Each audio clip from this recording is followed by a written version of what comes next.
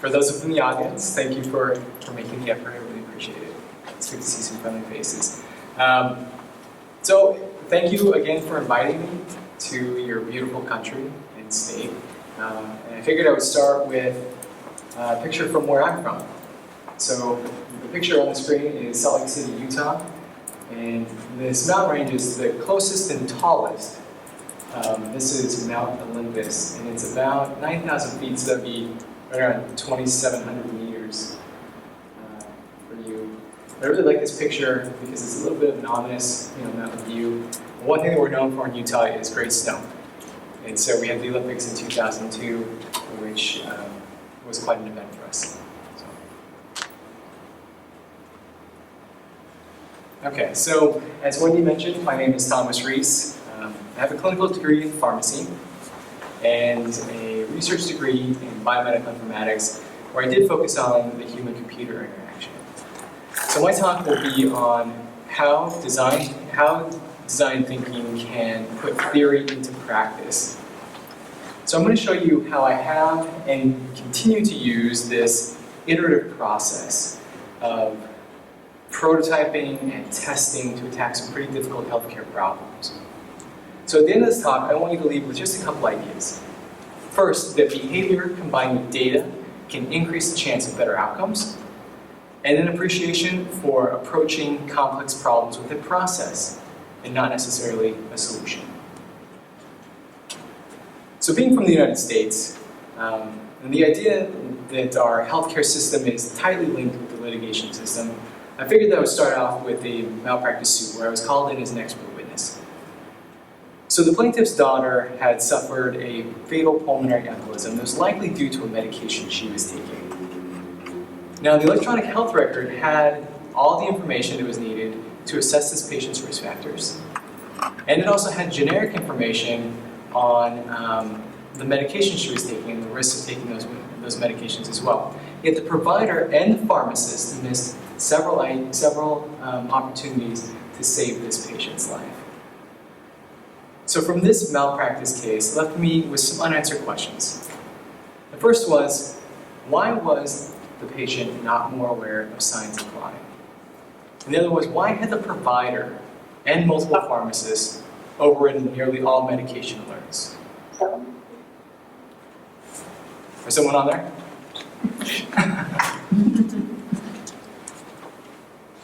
Maybe a question? It's probably not me. Okay. Yeah. But really the dissonance from these questions was enough motivation for me to stop practicing pharmacy and pursue further training to try to help clinicians make better healthcare decisions. So shortly after starting my training, I realized that those questions from that malpractice suit were really targeted toward a behavior and were maybe symptoms of larger, more systemic problems. Which brings me to this gentleman, Horst Riddle. So he's a German theorist that mainly worked on engineering and policy-making problems. He coined this term, wicked problems, in the 1960s, which I think this characterization can help explain certain healthcare problems today. So Riddle defined these wicked problems as a class of social system problems that are ill-formulated, where the information is confusing, where there are many clients and decision makers with conflicting values, and where the ramifications of the whole system are thoroughly confusing.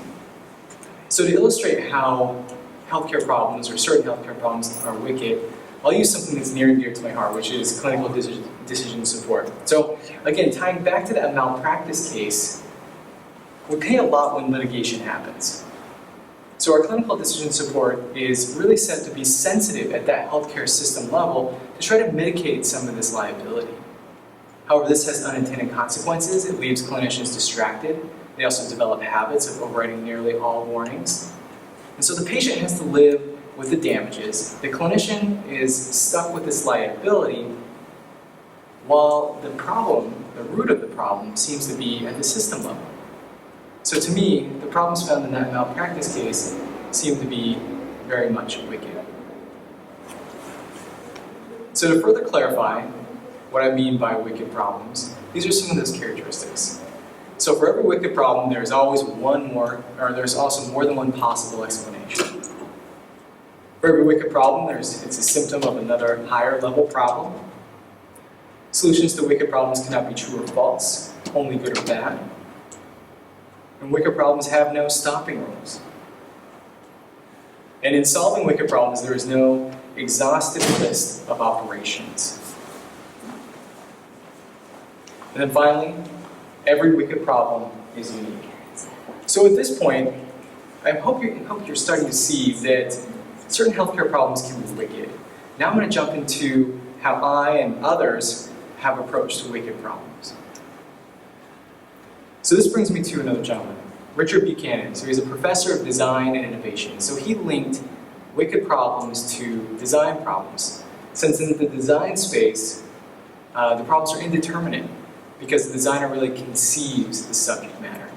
So this makes sense, but what's helpful about linking these wicked problems to design is that these designers have a fairly structured process that really breaks them out of this conventional thinking to find good solutions without this expectation of the right solution.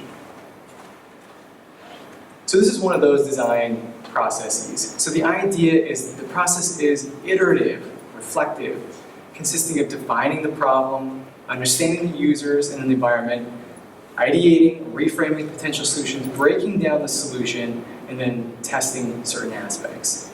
So the goal is to fail quickly and then redefine the problem, go through this process again until the solution is created. But all too often, those in our domain maybe don't have quite the appreciation for this iterative cycle. They tend to skip steps. So sometimes they'll define a problem based on limited information and then attempt to fix it based on convention or what they've done before.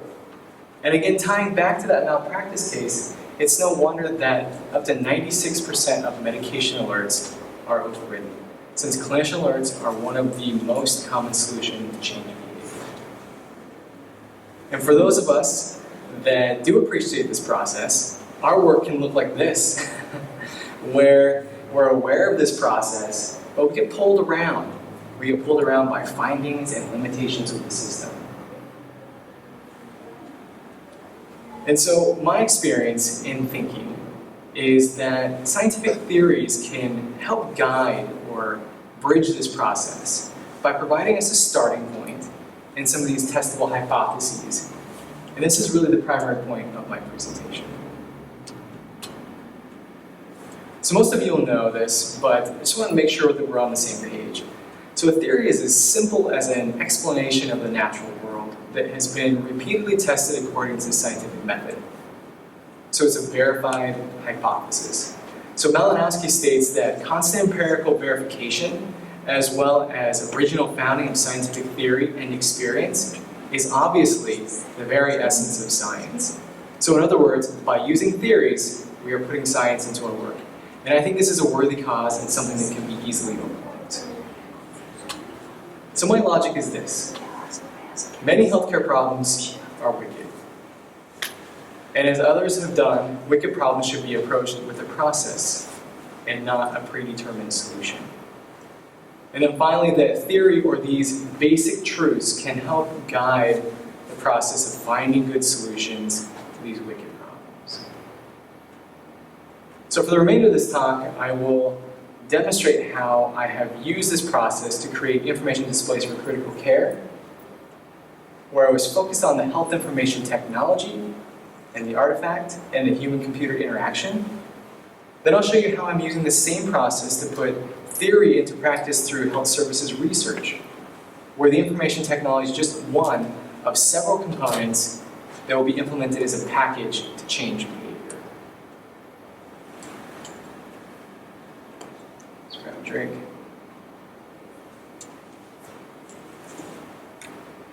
So as with any research project, it shouldn't be done in a vacuum. So these were my collaborators on this project.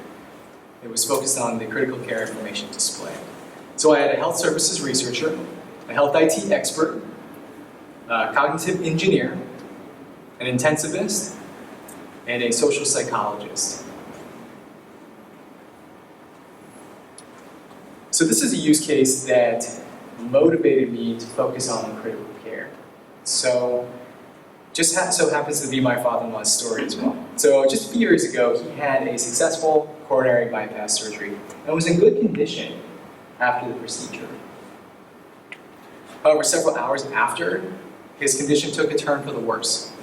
His heart was struggling to keep his blood circulating, and despite various medications, he did wind up in cardiogenic shock.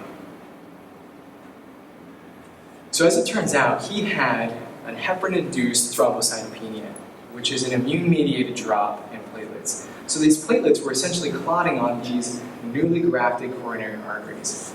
Now there's a couple reasons why this condition maybe went unnoticed for a couple days. One is that he had rapid onset. He had had heparin from a recent procedure, and so the delay or the time from the onset was shortened. But also he was hooked up to a cardiopulmonary bypass machine that also depletes some of these platelets as well. So contributing to this atypical presentation, the intensivists were likely looking at an electronic health record similar to this, where you have a list of data elements on the left-hand side and then 9 hours of discrete values. And if, for example, you were looking for shock data elements, they're among other data that may not be relevant. And compounding this issue, where is the urine output, the lactate, the pH, the platelets? They're not on this screen. The clinicians need to go digging for these key data elements. And really the effort and cognition needed to combine these to identify trends could have contributed to how these clinicians missed this diagnosis. So what we know so far is that critical care is complex, and patients have overlapping and multiple conditions and little reserve for delays or misinterpretations for treatment. And unfortunately, errors like the one that my father-in-law had encountered occur quite often. And so I think that we can all agree that display or information display in critical care would be a really good problem. So I'm going to briefly go through each step of the process and give you just a peek into the theory that we used. So first, we needed to understand the space. And the way we did this was through systematic reviews of the literature. So we evaluated critical care displays in simulation and also that were implemented for patient care, and also displays that were for trend displays, or for trend information. So from the literature, we found that the best performing displays were on a single screen.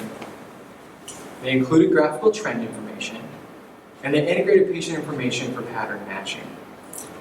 So we started brainstorming derivative approaches based on our findings to see if we can meet these needs. So this first display is an object display. It's used to identify dangerous respiratory conditions. And what I mean by an object display is that the data elements such as inhaled oxygen and carbon dioxide are mapped to an object, such as the rectangle on the left and right hand side of this lung-like figure. But the idea is, as these related variables vary, it's easy to see changes or patient states based on the shape of that object. So this is another of those object displays. This one is for cardiovascular conditions. And again, the data elements such as central venous pressure and mean arterial pressure are mapped onto an object or rectangle type display. So these two object type displays, they do perform quite well on specific tasks, but they don't have trends, and they're not a whole patient view. So we thought something like this, where we have added trend information and then an object display as well. But the issue is this is also not a full patient view. You have some of these drop-down tabs. And also, this object display in the bottom left side is not integrated with this trend information as well. And then finally, this display was a full patient view. And I know this is difficult to see, so the point I'm really just trying to get across here is there's no trend information. But overall, most of these displays did perform quite well in simulation and some in patient care. So they would be, a viable starting place for us to start working towards. So we did some more thinking and some more digging and trying to figure out, which of these displays are currently used for patient care. And as it turns out, almost none of them are. So we tried to reframe this problem, trying to figure out, what is the issue? So it turns out that these displays were not really adaptable to other settings or for evolving patient care. So which makes these highly customized displays really obsolete after a while. So we came up with this idea that seemed to fit with what we found in the literature and seemed to fit with where we're going. And then the idea was these small, modular graphical components that display trend information. And we call these widgets. So these widgets can be grouped and organized, such as heart rate, respiratory rate, and other data elements for a variety of different settings, users, and it's also scalable for evolving patient care. So this is a conceptual diagram of what was done and our expected outcome. So on the left hand is this electronic health record display. So the information is in various forms and formats and it's scattered throughout, so making sense of this type of display is difficult. So the first step was to see if we could group and prioritize this information. So you can see on the second screen, there's less information and it's grouped together. And the second step was to see if we could widgetize and really optimize the display of these information components. And then finally, the third step was to integrate the group of these components together to see if this display could improve clinician performance. So the idea is that we would not only have these reusable components, but we can also validate these groups of components that could be placed into other displays, and all of this would maybe help lower some of these barriers to implementing graphical displays in different healthcare settings. So for this project, I'm going to introduce you to the first two steps and just a peek into the theories that we use for those. Then I'm going to delve a little bit deeper into that prototyping testing paper that we did for step 3. So back to our process. How can we group and prioritize this critical care information to enable this whole patient view? So we use chunking theory to give us a starting point. So chunking theory has roots in information processing and was first explored with chess players. So chunking is a process of grouping information into these meaningful wholes, which can increase our capacity to process information based on our working load, our working memory limitations. So the key insight from this theory that we applied to this analysis was that chunking was domain specific, meaning that these chess players couldn't go into the radiology lab and start identifying tumors. And also that chunking depends on expertise. So experts can handle a lot larger chunks with more complex information. So since chunking is domain specific and really depends on expertise, we recruited expert intensivists to sort these data elements into meaningful groups and then analyze these groups with a cluster analysis. So this is the paper that came out of this. So it's patient information organization in the intensive care setting, expert knowledge elicitation with card sorting methods. So the outcome of this was this concept map or hierarchy of data elements in groups. So we found that intensivists think about patients in terms of physiological systems, such as respiratory system, showing just a brief snippet of. But it's notable that the electronic health record doesn't store or present this information this way. It's similar to paper-based charts, so it's more source-based with medications and laboratory results. So now we know what information needs to be presented. We need to see if these widgets can now be used to display this type of information. So for this, we use the Gestalt theory for prototyping and testing these widgets.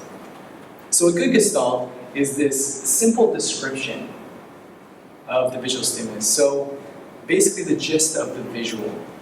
So one of the main concepts is this pieces to parts. So a piece is this randomly cut piece of an image, whereas a part is a part of this whole if that whole actually makes sense. So to illustrate this idea, I've got this hexagon, which is plainly a whole shape. Now the second shape has 17 sides. The interpretation is that there are 2 rectangles. But we don't interpret this as a hexagon with additional shapes. So the idea is that we wanted to show these clinicians routinely measured data elements such as blood pressure in various forms and formats to see which had the most accurate interpretation of the data. So the outcome was this analysis, or this paper. An approach to critical care information display, designing modular graphical components for presenting trend information. So basically, we took a very broad and diverse set of prototypes and distilled them down to just a few optimized widgets. So I just gave you a peek into some of these theories and the first two steps of this process of prioritizing the information and refining the display. Now I'll delve a bit deeper into the results of integrating the widgets together and testing the prototype. So we thought, what is a common and complex task that requires pattern matching, and we can integrate these widgets to increase clinician performance? So we use this proximity compatibility principle, which is a group of theories, to see if we could group these widgets to identify circulatory shock. So the proximity compatibility group is this group of theories that links visual information processing with displays to tasks. And especially with complex tasks that require multiple data elements, an integrated information display can increase performance. So integrating information together can be done, for example, by how close the data is together, and also other visual channels, such as color, shape, boundaries, that may link this data together. So to give you a better idea of this integration in task, on the graph we have task performance on the y-axis and then task complexity on the x-axis. Then the dashed line is the highly integrated display, and the solid line is this unintegrated display. So for complex tasks, more information integration increases performance. But if the task is not complex, the integration is not needed, and actually unintegrated displays and more focusing on these discrete data increases performance. So according to this proximity compatibility principle, there's a spectrum for integrating data together, which means how easily can patterns be recognized among multiple data elements. So for example, a pie chart has low data integration, and it's good for processing these independent variables. Whereas E, or these object displays on the far right-hand side, are good for processing their very high integration, and they're good for processing the multiple data elements. Now, our display is right in the BC area. So we sacrifice some of this data integration for flexibility, for different levels of tasks and complexity, and adaptability for changing healthcare environments. So what we need to prove now is that this type of display can now be used for complex tasks. So this is the paper, and this analysis is where we tested a group of widgets on this complex task. So impact of integrated graphical display on expert novice diagnostic performance in critical care. So identifying circulatory shock was our use case for this evaluation. And it ties into my father-in-law's case, and it's also a big concern for critical care providers as well. So nearly 1 in 3 patients will in critical care will wind up with circulatory shock, and it can increase mortality up to 80%. So circulatory shock is generally defined as a decreased blood flow and tissue perfusion, and is often formally diagnosed by hypotension and increased lactic acid. So early identification can help prevent organ damage and mortality. So these vigilant clinicians will search all over the electronic health record for signs and patterns that this may be happening, such as erratic vital signs, correlating trends that help them identify the circulatory shock. So there is a need for displays to help support clinicians in doing this task, such as recognizing, monitoring, and treating circulatory shock. So the research question was, can a display of widgets improve clinician performance on diagnosing circulatory shock? So we anticipated that this widget display would improve clinician accuracy and response time in diagnosing circulatory shock compared to a flow sheet or a conventional type display. We also anticipated that novices would have greater improvements with the widget display since they weren't quite as familiar with these flow sheet displays as well. So since chunking and information processing depends on expertise, we wanted to see if this integrated display that was already chunked and organized could help novices more. So this study was a within subject comparing different display types. So the integrated display consisted of these graphical widgets, and the conventional display was tabular, consisting of these discrete values. So we used mixed effects models to analyze the difference in outcomes between the two displays. And in the secondary analysis, we evaluated the display type by stratifying by expertise of experts and novices. So we used 15 data elements for this, 4 physiologic and problem-based groups that included cardiovascular, respiratory, and infectious disease, and renal. And we got these from that first study where we identified the highest priority and grouping of these data elements. So this is a similar screen that the participants would use for this integrated display. So on the left-hand side are these tasks that we wanted them to complete, such as identifying shock and then selecting the shock etiology. And then on the right-hand side is this integrated group of widgets. Now there are several aspects of this display that increase data integration. So for example, the widgets are scaled to the same size. They also have the same 24-hour view. The top block of widgets were aligned in 2 columns with the most frequently used ones on top. And we also vertically aligned the widgets in the first column to help participants assess correlating trends and abnormal values at specific times. So the participant would advance this 24-hour window by 1-hour increments. And as these patient states would present, they would click on the corresponding task button.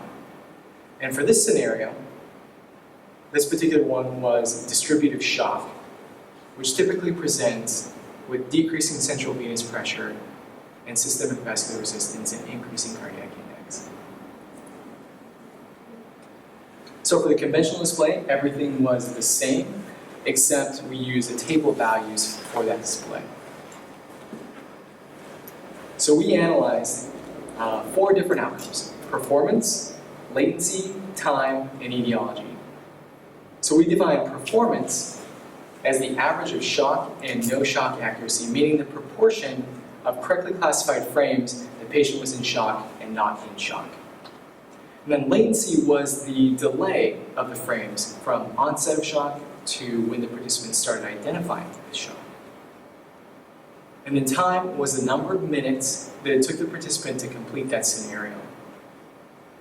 And then etiology is whether the participant correctly classified the type of shock that was shown in that scenario. So in total, we recruited 32 physicians from the University of Utah. And we balanced these experts and novices. Most of the experts were attending in each of the ICUs, and almost all participants provided patient care within 80% of the time. So these are the results. All right, so we have this integrated display here in blue. And what we found was that among all participants, performance significantly improved, meaning about 15% more of these frames were correctly classified with the widget display. And with etiology, or shock type, this was also significantly improved, meaning close to 20% more scenarios were correctly classified using this widget display. Now I know this is reversed. We have still a widget display in blue, but less is better. So latency among all participants was significantly improved was not significantly improved using this widget display. But the time it took to complete these scenarios was significantly better with the participants using this widget display. So with the exception of latency, the outcomes were significantly better using the widget display. So now when we stratified these results by experience, so experts and novices, there were some interesting findings as well. So we found that while experts seemed to improve using this widget display, only the novices had significantly improved. In fact, the novices' performance with the widget display was similar to the experts' performance using the flowsheet display. And for etiology, novices identified the type of shock 30% more using this widget display. And also novices using the integrated display had about the same etiology accuracy as the experts did using this conventional display. So I think the thing that's interesting and really adds face validity to these results is that the experts are used to looking at these flowsheet type displays to identify these patterns. These novices with the widget display performed nearly as well as the experts did with this flowsheet display. So I think his outcomes really demonstrate this nicely, the idea of potentially narrowing the gap between experts and novices through information display. So what does this all mean? So this means a few things. First, we were able to validate this proximity compatibility theory with an integrated display of widgets. So this was shown by faster and more accurate response time by participants using this widget display. And then second, this process of chunking information and refining this widget display may help compensate for undeveloped pattern matching skills among novices. And then finally, we demonstrated the effectiveness of a one widget set, but it's reasonable to think that these widgets could be regrouped with different tasks, and also additional data elements could be added as healthcare evolves. So the widget display may be this viable solution toward a widget problem. Okay, let's grab you really quick.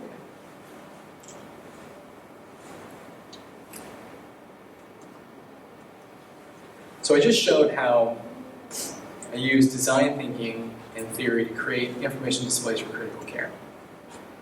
Now I will show you how I'm using the same process for putting theory into practice with health services research, where the health information technology was just one of several interventions. So again, research shouldn't be done alone, but the team has changed a bit. So this is a grant proposal that I'm looking to do for lung cancer screening in low-resource primary care clinics. So I now have a cancer researcher, an implementation scientist, a health services researcher, a health IT expert, and a general primary care practitioner. So this is surprising to me, but it may not be surprising to John. But in 2019, in the United States, lung cancer was responsible for the most cancer-related deaths, and was the second most frequently diagnosed cancer. And for the cancers that we routinely screen for, lung cancer caused approximately 58% more deaths in women than breast cancer, and about 142% more deaths in men than prostate cancer. So those are interesting numbers. So smoking is this leading cause for lung cancer. And unfortunately, these underserved populations have some of the highest rates of smoking. Also, these populations are less likely to be screened, and this together really causes this twofold increase in lung cancer deaths compared to higher socioeconomic populations. So the U.S. Preventive Services Task Force recommends a low-dose computed tomography or a low-dose CT scan for people who are currently smoking or quit less than 15 years ago, are aged 55 to 80, and have more than 30 pack year history of smoking. And what I mean by 30 pack year history of smoking is 1 pack a day for at least 30 years. So substantial smoking exposure. So now screening has risks of false positives that can lead to unnecessary treatment. So depending on patient risk factors, up to 95% of these positives can be false positives. So due to this risk-benefit trade-off, in order to get paid for a low-dose CT scan, you have to go through what's called shared decision-making. So it's this process of the provider communicating with the patient and really gathering the patient preferences and values to go through and pursue a treatment pathway. So due to shared decision-making and other barriers as well, less than 5% of patients that are eligible in the United States undergo this screening. And in these low-resource clinics that we're targeting in Utah, less than 0.1% are currently screened. So we had an idea. Let's get a killer application so these providers can perform this shared decision-making, and then they can bill for this service, and the screening will go up, and everything will be great. So we did this. We created an app. There was lots of data behind this risk prediction, the information was comprehensive, the visualization was in line with these other patient-facing displays, usability and informed decision-making, this app performed very well. So basically designers and testers loved it. But we thought that maybe we should test this in a live environment before saying this is a good solution. So while in practice, as it turns out, everybody hates this app. There's too much information. The provider said it wouldn't fit into their workflow. It takes too long to use. The patients hated it because there was too much information to consume while the provider was looking over their shoulder. So I'm not going to go into the process of how we streamline this application, but this is what it looks like now. So it's basically a single screen that has a risk prediction that stratifies this patient into one of these bins for discussion, and then it has quick and brief bullets to work through with the patient more quickly. So the bottom line is this. These primary care providers have about 1 to 2 minutes to discuss lung cancer screening. So from this simple finding, from prototyping, had reframed this entire health IT implementation for lung cancer to a lung cancer screening program implementation. So basically the question now is, how can we remove all of these barriers to make that 1 to 2 minute conversation meaningful? So our original funding opportunity was leveraging health information technology, so health IT, to address minority health and health disparities, which was really primarily targeted at this health information technology, and in our case it was that shared decision-making application. Now we are focused on a separate funding opportunity. So this is dissemination and implementation science for cancer prevention and control in low-resource environments. So this is mainly focused on this implementation strategy and this package of interventions. So we need to get some more information. So we started visiting clinics, trying to figure out what's going on. So after visiting the clinics, we found that there are lots of barriers. So as it turns out, they are gathering smoking status, but not smoking history. Most providers don't actually know the screening criteria well enough to identify patients. And patients face stigma and clinician bias with that connection between smoking and lung cancer. And most of the time, these imaging centers where these patients would have to go in rural Utah are further away than their primary care clinic. And providers don't have these tools, and I mentioned this before, but they don't have these tools to make this shared decision-making process easy and the documentation easy. And also, patients have other priorities they want to discuss, so lung cancer screening may be just down on the list.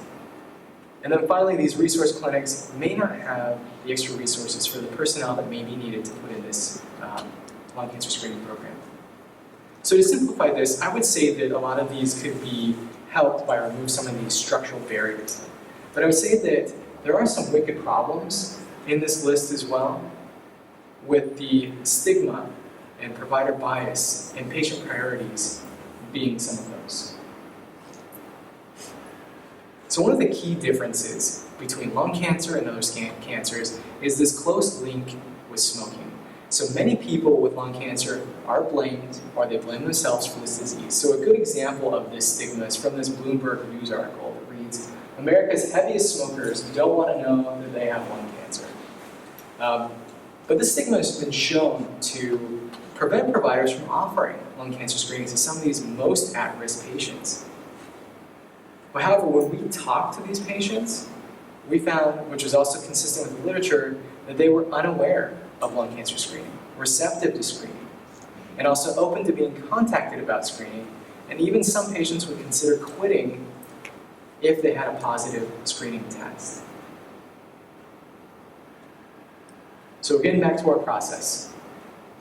So with the idea of closing this gap between this provider bias and patient preferences, social influence theory seems to fit nicely and has lots of experimental studies that we can build from. So social influence is one of the most potent behavior change theories. It refers to the way that we change our behavior to match the social environment. So there are two key components that include internalization and compliance. So internalization is really adopting a decision by aligning your values to someone else's. And then compliance is this act of responding favorably to a request offered by others. So to illustrate these theories and apply them to this context, if we can get patients to internalize the idea that lung cancer screening may benefit them outside the clinic, then possibly the patients will come in and get their providers to comply with opening this discussion on lung cancer screening. So this answers the idea of what might work. The next question is, how are we going to reach this very targeted group of low-income, rural, heavy smoking patients? So this technology is not new, but it seems to be increasingly the best way to reach this population. Nearly all rural patients have cell phones, and approximately 70% of them have a smartphone with some sort of mobile broadband capability. I don't know if that's the same here. That is the case in the United States. So there's some data behind text messaging for breast cancer and colon cancer screening. And we also have a lot of data on how providers comply with patient requests. I mean, think about this direct-to-consumer advertising. It's a big thing in the States as well. What we don't have is how texting can influence lung cancer screening discussions. We also don't have a lot of data on how this smartphone capability and this functionality can help get patients more informed around screening. So my next prototyping and testing project is to gather pilot data and set up a study for when this project is funded. So I'm planning to prototype this prompt timing, such as before the appointment and after smoking status changes, the content such as exploratory or information gathering, how personalized or generic this message needs to be, and also how this interactivity can further information, and with further information this can help get these patients informed. So for example, this first message is more general, exploratory, to get smoking history, and then really to assess their responsiveness. The second message is much more personalized, contextual, with information that's gathered from the electronic health record. So the data on these contextual messaging is really mixed. I think some people think it's a little bit unnerving to see what sort of data others have on you, but others think that this sort of messaging is worthwhile because it shows the patient someone or something is going through their data. And then finally, short and sweet might be the best way, with more information upon request. So for example, if we can get them to enter some of their information into the tool before visiting the provider. So the idea is that we want to get this good balance of information so this patient will internalize this message and then bring it to the provider's attention. So overall, we want these patients to be educated about lung cancer screening and then empower them to discuss this with the provider. And then for providers, we want them to screen more by embedding these tools into their workflow for the patients that smoke. And we also want to give them these tools to facilitate the shared decision making as well. And then finally, we want to remove all these structural barriers, including training, transportation, screening data, to really cultivate the benefit from this 1 to 2 minute encounter. So this is my final slide. I know it's boring, but so overall, I hope you learned that healthcare problems can be wicked. Think back to that malpractice case where they were overriding all alerts. What about my father-in-law's case, where the diagnosis was maybe buried under a mountain of data? And then lung cancer screening, where this shared decision-making tool, which we thought would fix everything, just becomes one part of a larger solution. And then the clinician behavior is key to outcomes. So in each of my examples, I showed that behavior complicated the problem and was also a big factor. And then theories can guide this prototyping and testing solutions to change this behavior. And again, with each of those problems I showed, we applied different theories. And then finally, the next time you or others want to set up another pop-up alert to change behavior, please consider exploring other solutions as well. Thank you.